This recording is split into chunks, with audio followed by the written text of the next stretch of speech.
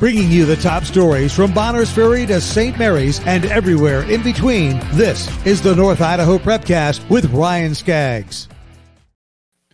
That's right. It's another edition of the North Idaho Prepcast on IdahoSports.com, talking about everything in Districts 1 and 2 in the state of Idaho. Brandon Baney with Ryan Scaggs. Back after a little 2-week hiatus, Ryan. How did the holidays treat you?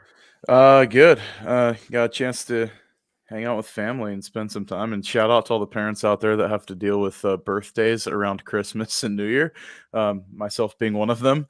Kind of makes things tough for the kids to plan a solid birthday party coming out of, a day where they get a gob of presents, and then a week later you're like, oh yeah, by the way, it's your birthday, here you go. So your birthday or your son's birthday? My son's birthday is actually this Friday, so it's been cool. Yeah, present shopping kind of has to take place before Christmas. Otherwise, you're not going to find jack squat when you go out there. Now the shelves are empty still. Yeah, that can be problematic. My older brother, he was born on New Year's Eve, so his birthday's on December 31st. That stinks, man. I feel bad for him. It's like, yeah, everybody already hung out like a week ago. You want to come back for a birthday party? So, yeah, I feel bad, but shout out to all the parents that have to deal with that. And the kids, I guess. Yeah, it's funny. I have two brothers, older and younger. Older brother is December 31st. Younger brother is December 3rd. And then I'm like precisely 6 months away, May 24th. So like, Perfect. I feel like those two get shortchanged in the birthday department, and I don't, because it's far enough away, right? Yeah, and mine's like 2 weeks before Thanksgiving. So yeah, I kind of feel the pain of those winter babies that have to have birthdays late in the year. Mine always being in the middle of like football season too, growing up. So it was like, oh, sweet. I guess I'm not doing anything. Right. Yeah, that's true. Very true. So you might be wondering, where were we last week? Did we take it off for the holidays? No. Ryan was ready and willing and able to do a podcast. I was not. Ryan, we got a lot of things in common. We both love sports. We're both built by beef. And now we both had COVID-19 as well. I'm glad you seem to be doing a lot better than I was as far as your recovery goes. So I'm glad that you're doing well and you're back with us. But obviously no fun to catch it. It definitely does stink. Yes, you got the original COVID-19. I got the Omicron variant, which is just like a bad cold, but it really did knock me out for about 10 days. And I still am slowly working my way back. My voice comes and goes and all that fun stuff, but nobody wants to hear about that. What they want to hear about is they want to hear about what's been going on up in North Idaho. And there's been a lot of exciting basketball stuff. Now, a quick refresher here on the North Idaho Prepcast, which you can listen to at IdahoSports.com or wherever you download your podcasts. Video version as well on the IdahoSports.com YouTube channel and Facebook page.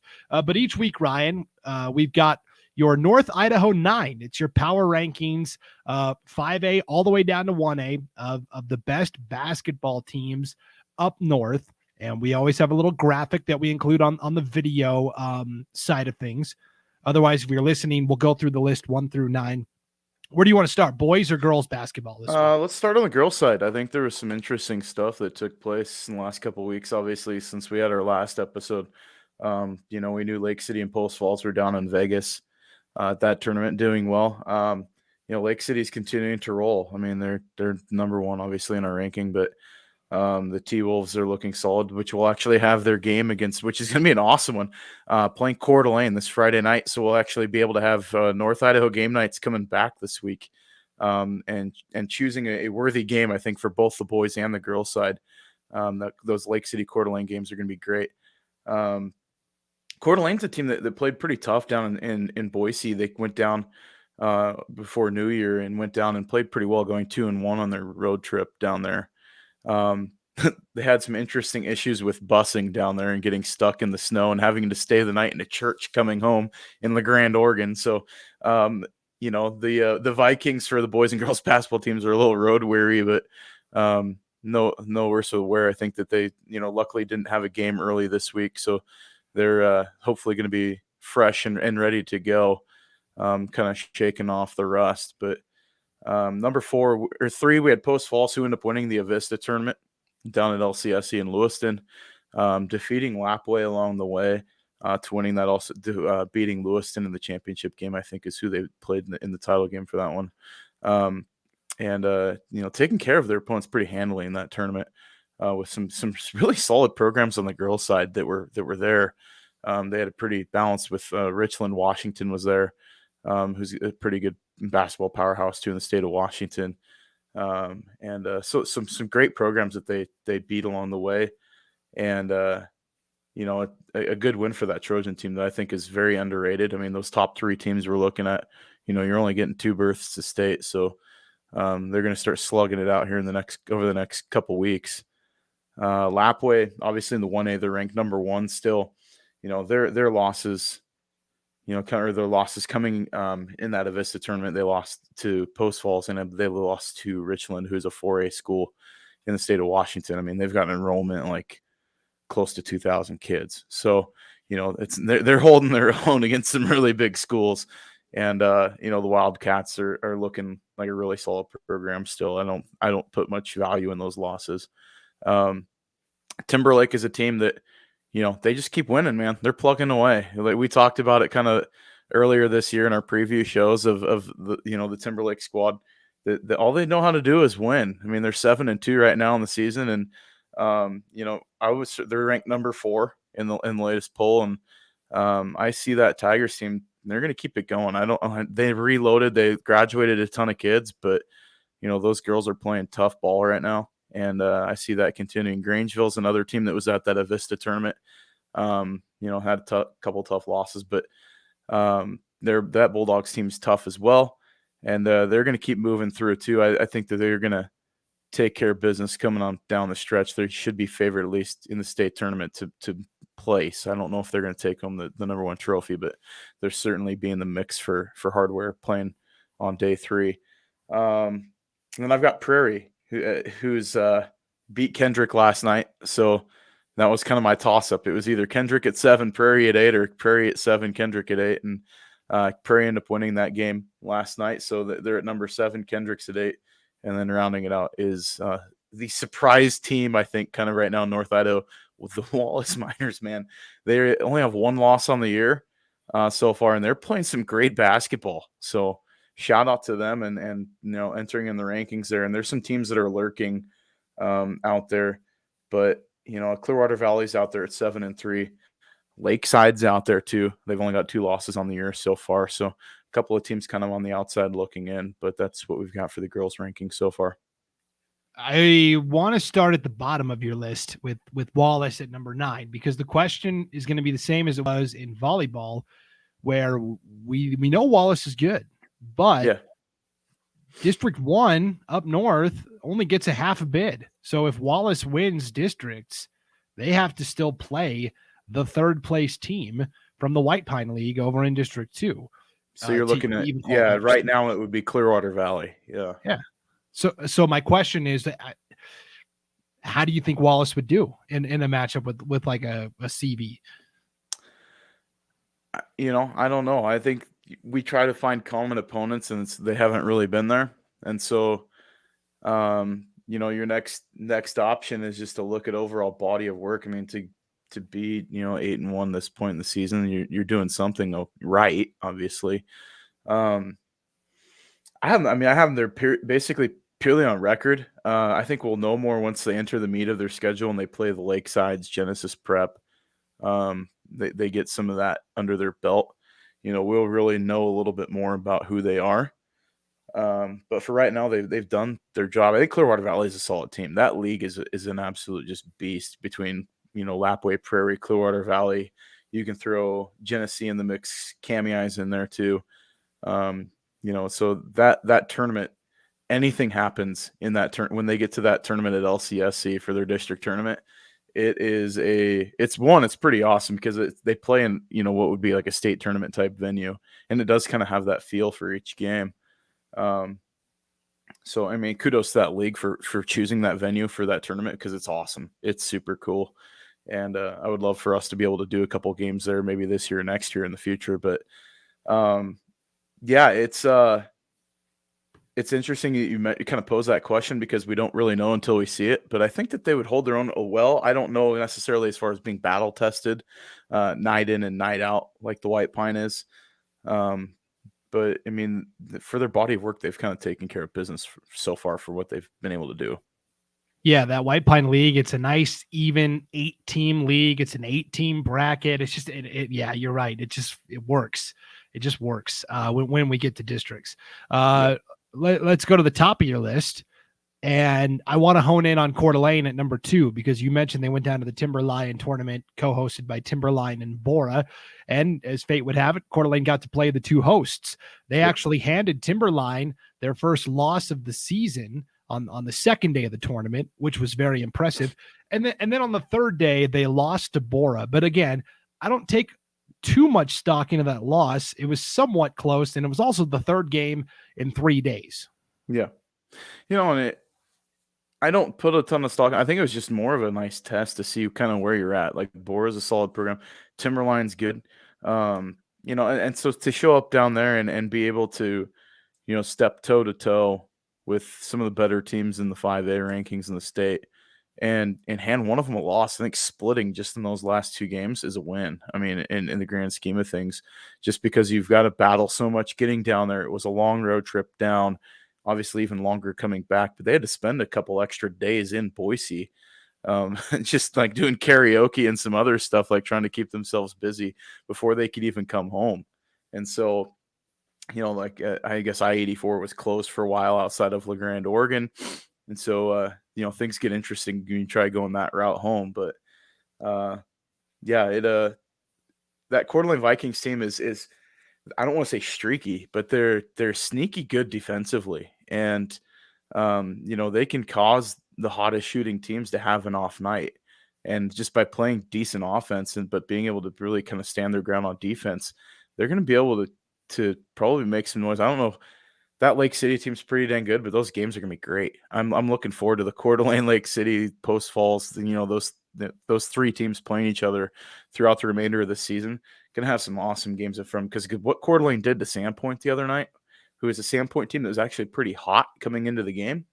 They put the bootstraps to them. It wasn't even close.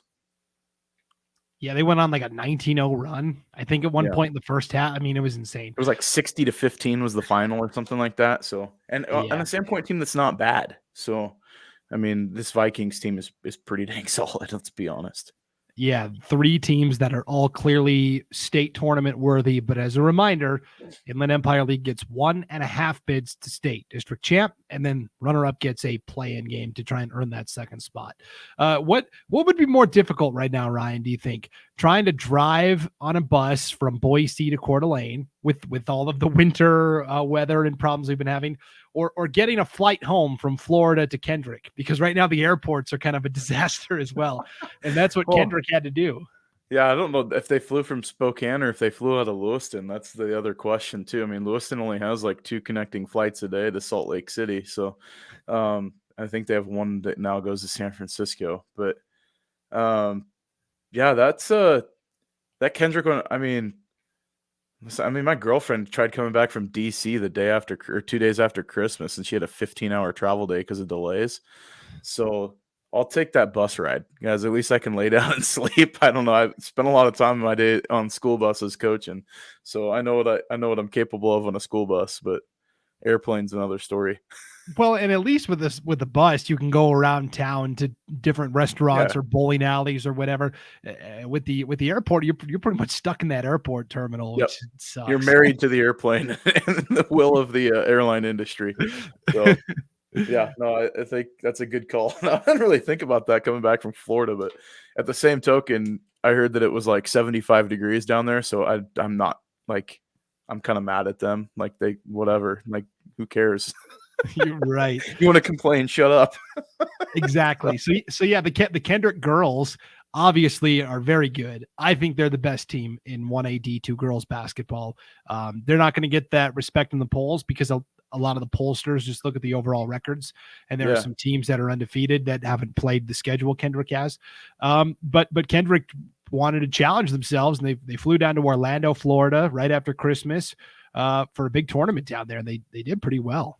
Yeah, they won 2 games. I think they went 2-1 down there. So, you're picking up wins against other teams from around the country, and they got beat a team from Texas. So, they're doing something right that, you're showing up small school and going down there and getting some victories. I don't care who you play. And then they scheduled a home and home with Prairie this year. I mean, you want to talk about stepping into the Lions' den. I mean, you're getting one of the better teams in the state of Idaho in girls basketball twice during your season, and you have a single digit loss. I mean, so it's they're going into those games and they're being ultra competitive. Yep. And so I would just keep an eye on them as the season progresses as well. Absolutely. So that's Ryan's North Idaho 9 for girls basketball. Let's pull up the boys top 9, your power rankings, and take a look here. A little bit of movement from the last time we did this. Little movement, yeah. That Lapway boys basketball team, obviously we saw them beat Coeur d'Alene a couple weeks ago, but they beat Lewiston over the weekend too at the Avista tournament to win the championship there. That I'm telling you right now, like that 1 and 2 right now in boys basketball, that's the 1 and 2 for all classifications. In the statewide. Those are the 2 best teams in the state of Idaho right now in boys basketball. And I'll throw a Waihe in there, maybe as 2A or 2B, type of situation. But nobody wants to play Lapway. You draw Lapway in your schedule, you're kind of like, oh man, what are we getting ourselves into? That's a solid team, and they're only getting better, and they're young players. Case why not? I mentioned it off before the show, but he's one of the better players in the state, and he's a sophomore. That's the scary part. He's dang good, and he might be the best player on that roster. And that's no knock to Titus, because Titus Yearout is an insanely talented basketball player. But Case why not, and his just ability to stretch the floor, and the fact that he's getting more and more athletic, he's a freak on the floor, and he's probably a talent in North Idaho. He may end up being one of the better players that we've ever seen come out of North Idaho when it's all said and done after his senior year. I'm just calling it now because I know that the recruits are out there looking at him and drooling based on his frame and his ability to shoot too. He's still growing. That's the scary part. Like, he's getting taller. So, and then you got Coeur d'Alene at 3, Lewiston at 4. I kind of went based off the polls there. We really don't know until they play each other. I think that it's kind of sixes with those 2 teams. Like, you could draw them out of a hat and put each one of them at 3, and you couldn't complain. I went based off common opponent. Coeur d'Alene played Lapway tighter than Lewiston did, so Coeur d'Alene got the 3 seed or the 3 ranking. Lewiston's a solid team too. I think they're ranked ahead of Coeur d'Alene right now in the latest rankings that came out today. St. Mary's I've got at 5. Prairie made some movement. They're gaining some ground. They're at 6. They moved ahead. Camier lost last night to Lapway. So Camier finally got one of their first real tests other than the tournament down in New Plymouth. Playing Lapway, and Lapway just handed it to them. Kellogg I've got at 8. They're kind of falling down a little bit. They went to the Avista tournament, got beat by Lapway. And then they got beat by the team out of Tacoma that was their Annie Wright school, which is a private school from Tacoma. I've got Lakeside at number 9. So I don't know if we got what. Yeah, I messed up the graphic. I've got Prairie in there. No, the Prairie was 9 last time we did it, but there. Yeah. So Prairie's jumping up. Prairie's moving on up. I really like Prairie's balance. Last year they were good. I mean, they had Schumacher last year that was a stud. I just like how balanced they are as a team, and they defend really well.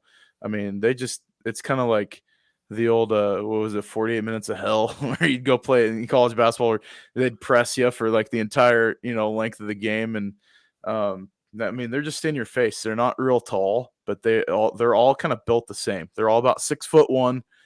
They're all physical. They're all football players that just get in your grill and they'll just mug you the entire game. I like that Prairie team. They're scrappy. I like Camier too. I think, out of those 3 teams, if they all get to state, I think they could all place. I mean, I'll be honest. I think that they all could take home hardware if all 3 teams get a bid. And I'm trying to remember if Lakeside has to play the 3 seed or not on a play-in game this year instead of getting the automatic bid. So, I believe that's how that goes. Yeah. And so, Lakeside's the team that's sneaky, that's out there because their losses. I'm looking at their record. Their losses are all to bigger schools. They've beat some solid teams, obviously beating, I believe, Kellogg once. Or Timberlake, sorry, one time. So, Lakeside's a team that's missed out a couple of games due to COVID from Washington schools. they're out there. Genesis Prep is lurking too. They're 5-2 right now. They're having a good season, but we haven't really seen them hit the meat of their schedule. So their record's kind of inflated, playing a few JV teams of bigger schools and then playing Clark Fork and, a couple of smaller teams. So, I don't want to put a ton of weight on that record. Bonners Ferry's out there. They're a team that's got a couple big tests in front of them. They're playing St. Mary's coming up. And then Logos has missed some games due to COVID and stuff like that, and then holiday break and everything. So they've only got one loss, which was to Lapway so far, but they've got a tough stretch in front of them with Potlatch, Kamei, and Clearwater Valley coming up too. So. Yep. And just to reiterate, since I messed up the graphic, it's Lake City 1, Lapway 2, Coeur d'Alene 3, Lewiston 4, St. Mary's 5, Prairie 6, Kamei 7, Kellogg 8, Lakeside 9, and Genesis Prep just missing out on that poll. And I'm gonna throw another team out there too. Okay. Moscow is a team to watch right now. They've got a 5-game stretch in front of them. They've got Kellogg, and then they've got home and homes with Sandpoint and Lakeland. They very possibly could win their next 5 games and be 10-5 going into the backside of their schedule. So that's another team to kind of keep your eye on with the Moscow Bears. Have some winnable games in front of them and the ability to play pretty tough. I mean, they played Coeur d'Alene tough. They played Lake City tough for about 3 quarters. So the Bears aren't really a team to sleep on, but another team is kind of floating around out there. Yeah, I was going to ask you about this. There's not a single 4A team in your rankings anywhere. So what do you make of this race between Lakeland, Sandpoint, and Moscow? On the boys' side, I think it's a little bit more balanced than it is on the girls. I think there's a little bit more distance. Sandpoint's kind of distancing themselves right now between Moscow and Lakeland. But on the boys' side, Sandpoint's had some struggles. Their record isn't the flashiest, and Lakeland's got talent. We don't know that they have got players. So it's kind of a matter of who's going to be able to put it together in the district tournament. It's going to be a battle. We're going to get a team probably with a losing record going to state from the north again. And, maybe don't be deceived by it, because we've seen what Sandpoint can do against some of the other 4A teams when they went down south last week in the girls' side and did really well.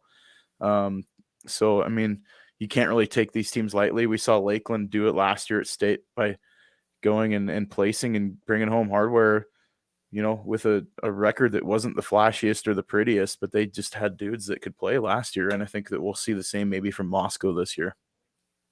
This is where the combined 5A, 4A league is going to hurt those 4A schools. Yep. I think you can pretty much pencil it in that whoever wins that league is probably going to get the 8 seed based upon the bids. The bids don't change in terms of representation around each district, but once the 8 teams are decided, they then get seeded 1 through 8 based on the Max Preps ranking. Yeah, I wouldn't be surprised if Moscow does make it on the boys' side that they're at least a 7 seed. I think that they might get ranked above like the number 4 team from District 3, just based purely on kind of where they've been at. I think that if they have to play a team that, or there's a team that had a play-in game to get into, that they may get precedence over that one. I don't know. Whoever it is gonna have a tough road. You're either playing number 1 team or the number 1B team. I mean, let's be honest, because the 1 and 2 seeds are not really much difference between the two. Yeah, I agree with that. And Moscow, I think I'm with you. I kind of give them the edge right now. They've got the best point guard in the league, Jamari Simpson, who is just a stud. I think that tilts it in their favor a little bit. But could you just imagine if Zach Johnson had stayed, or sorry, not Zach Johnson, Blake Buchanan. Blake Buchanan had stayed in Moscow, right?